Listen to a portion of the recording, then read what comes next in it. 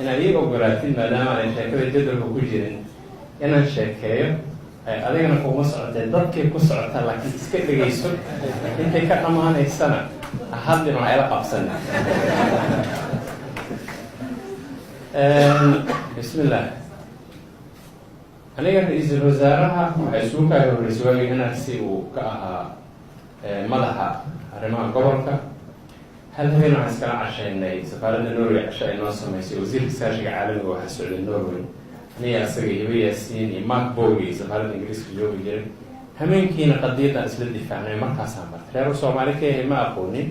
laakiin nin Soomaaliyeed oo qadiyad leh oo hilbadirira sida Mark Bowie Ingiriiska u dagaalami jiray oo kale baan hameenkii ka arkay. waxay ugu xigtay habeen kale oo Intercontinental Hotel asagii saraakiil kale Soomaaliya waa isa salaamay islama hadlin. ra-iisul wasaaraha laga dhigay igu xigtay hadda isugu kaaga soo markii saddexaad ayada lafteeda nin fiican inaan ahay oo aan dad ka dhimin way markhaati u tahay oo aanan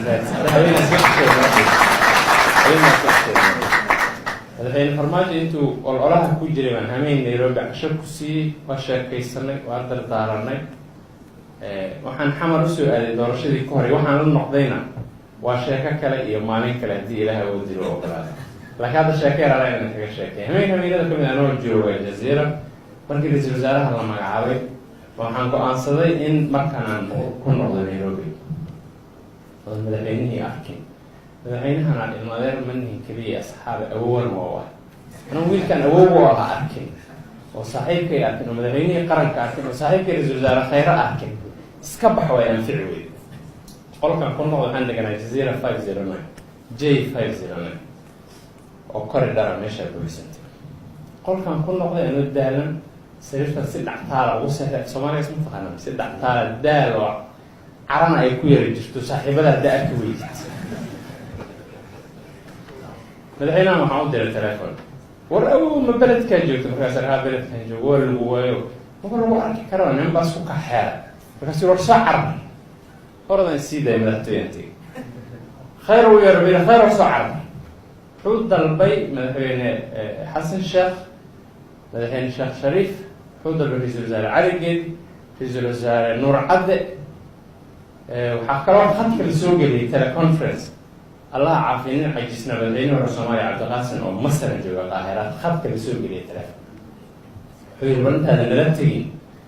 BBC kaliya nagala hadlin hadda nala hadalo bal dadkan u sheeg.